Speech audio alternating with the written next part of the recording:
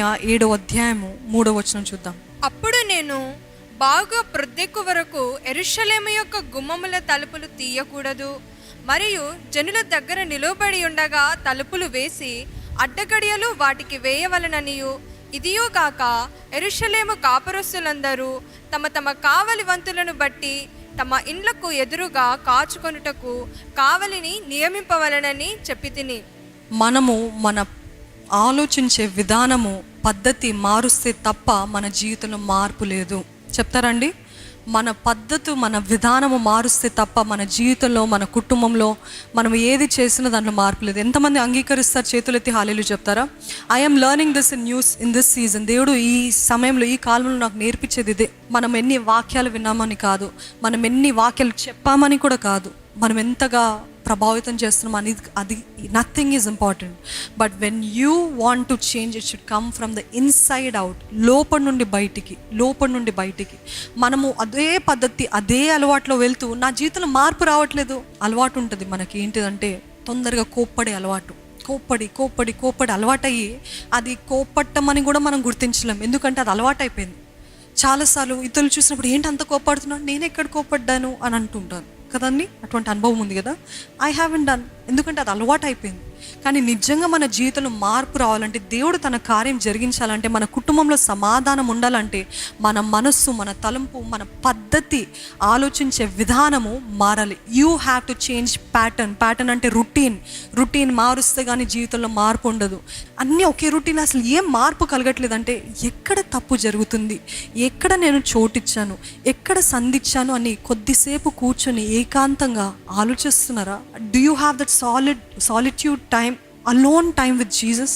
దేవునితోటి సమయం గడుపుతూ, దేవా ఈ విషయంలో నేను ఎంతో మార్పు కావాలని కోరుకుంటున్నాను, కానీ why am I not seeing a change? ఏమైనా మార్చుకోవాలా? ఏంటి ఆ పద్ధతి, ఏంటి ఆ విధానము, ఏంటి ఆ ఆచారము, ఏంటి ఆ అలవాటు నేను వదులుకోవాల్సింది? ఒకే రొటీన్లో వెళ్తా ఉంటే రాదు. ఇక్కడ నెహెమ్యాకి చెప్తున్నాడు ఏంటిదంటే, ఆ కాలంలో పొద్దు కూకిన వెంటనే, అంటే పొద్దునైన వెంటనే వారు తలుపులు తెరవాలి. కానీ ఇక్కడ నెహెమ్యా చెప్తున్నాడు, because you're in a season where the enemies are ready to attack.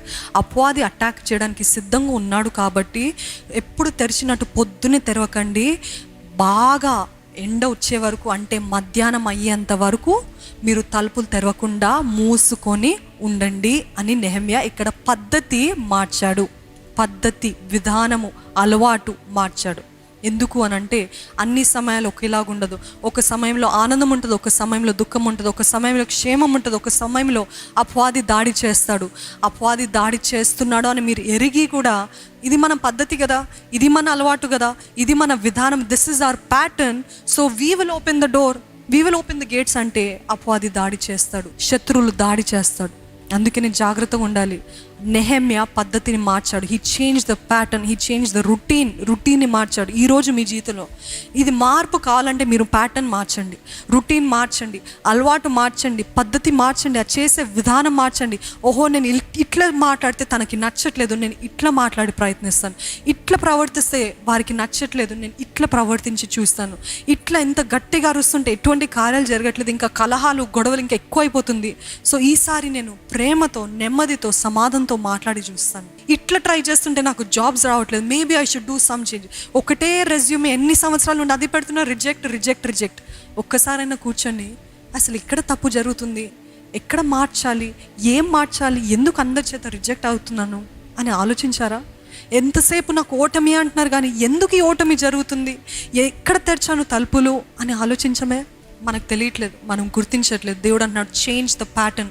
ఒకే ఉద్దేశంలో, ఒకే అలవాట్లో వెళ్తూ ఉంటే మార్పు చూడమండి. చాలామందికి రాత్రి సమయంలో ఏకాంతంగా ఉన్నప్పుడు చాలా సూసైడల్ థాట్స్ వస్తుంటాయండి, ఆత్మహత్య ప్రేరేపణలు, అదే రీతిగా ఇతరుల గురించిన ఆ మనోవేదన, వాళ్ళు అట్లా ఎంత భయంకరంగా ప్రవర్తించారు, ఎంత అసహ్యంగా మాట్లాడరు అని ఎప్పుడైనా అందరికీ మనకి సాధారణంగా రాత్రులు తప్పైన ఆలోచనలు వస్తూ ఉంటాయి, అశ్లీలమైన కార్యాలు గుర్తొస్తుంటాయి, అశ్లీలమైన దృశ్యాలు చూడటానికి ప్రేరేపణలు కలుగుతూ ఉంటాయి. Only when we're alone, when there is darkness, అంధకారంలో ఉన్నప్పుడు అనేక మందికి ఇటువంటి ప్రేరేపణలు వస్తుంటాయి. అప్పుడు ఏం చేయాలి తెలుసా అండి? వెంటనే యూ హ్యావ్ టు రికగ్నైజ్, గుర్తించాలి. ఏంటిదంటే, ఇది దేవుని దగ్గర నుండి వచ్చింది కాదు, వారి గురించి విరుద్ధమైన ఈ ఆలోచనలు దేవుని దగ్గర నుండి కాదు, ఈ స్వీయ జాలి దేవుని దగ్గర నుండి కాదు. ఆ విరుద్ధమైన ఆలోచనలు, ద్వేష, ఈర్ష్య ఇవన్నీ దేవుని దగ్గర నుండి కాదు. ఈ దృశ్యాలు చూడాలనే ప్రేరేపణ దేవుని దగ్గర నుండి కాదు. ఈ సోషల్ మీడియా ఈ టైంలో యూజ్ చేయాలనే ప్రేరేపణ సడన్గా ఏదో పడుకుందాం అనుకుంటారు, ఏదో నోటిఫికేషన్ వస్తుంది, ఆ నోటిఫికేషన్ చూడటానికి వెళ్ళి చూస్తూ చూస్తూ చూస్తూ చూస్తూ పాపంలో మునిగిపోతూ ఉంటారు. అయ్యో దేవా, నేను చెయ్యొద్దనుకున్నాను, చేశానేంటయ్యా అని బాధపడుతూ ఉంటాం. చేసిందంత చేసిన తర్వాత మీకు అటువంటి ప్రేరేపణ వస్తే అదే మనకి అవసరం. ఏంటిదంటే ఆ తలుపుని, ద క్లోజ్డ్ డోర్ పాలసీ, నేను మూసేస్తున్నాను, ఐఎమ్ నాట్ లెట్. ఒకవేళ అంతగా మీకు జయించలేకపోతున్నారంటే వెంటనే బైబిల్ కానీ, బైబిల్ లేకపోతే మీ ఫోన్లో కానీ ఒక వాక్యం పెట్టుకుని మీ చెవిలో పెట్టుకోండి. చెవిలో పెట్టుకుని ఆ వాక్యం వింటూ, అవును కదా, మీరు ఏ పరిస్థితుల్లో ఉన్నారో దానికి తగ్గట్టే పరిశుద్ధాత్మ దేవుడు మాట్లాడతారు. అటువంటి అనుభవం ఉన్నవారు చేతులెత్తి హల్లెలూయా చెప్తారా? నేను ఓడిపోతాను, నేను మునిగిపోతాను, అటువంటి సమయంలో నేను దేవుని వాక్యము తీసాను, కరెక్ట్గా నా సిచ్యువేషన్ తగ్గట్టుగానే దైవజనులు మాట్లాడారు అని అటువంటి అనుభవం మనకుంది కదా.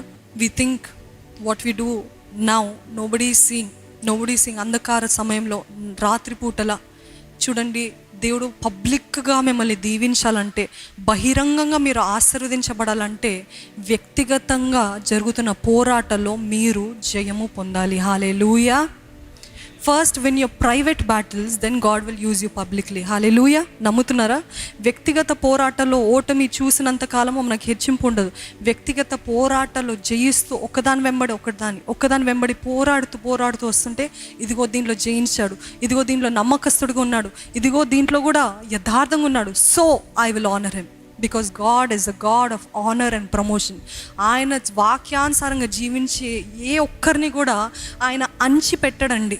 ఒకవేళ కొద్ది కాలం వరకు అంచి పెడతాడేమో, కానీ సమయం వెళ్ళే కొలది ఆయన ఆశీర్వదిస్తూనే ఉంటాడు. హల్లెలూయా. పడిన వారిని ఎవరు కూడా అంచలేరు. కొద్ది కాలం అంచుతారేమో, కానీ అభిషేకం యొక్క శక్తి, అభిషేకం అంటేనే దేవుని శక్తి కదా. ఆ అభిషేకం ఏం చేస్తుందంటే వాడుకోకుండా హెచ్చించలేకుండా ఉండలేడు పరిశుద్ధాత్మ దేవుడు. ఆయన న్యాయం జరిగించే దేవుడు.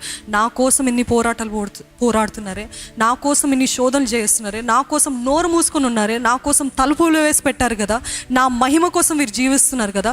How can I be quiet? I need to honour him, because the promotion doesn't come from the east or west, but promotion comes from the Lord. దేవుని దగ్గర నుండే వస్తుంది ఆశీర్వాదం, హెచ్చింపు.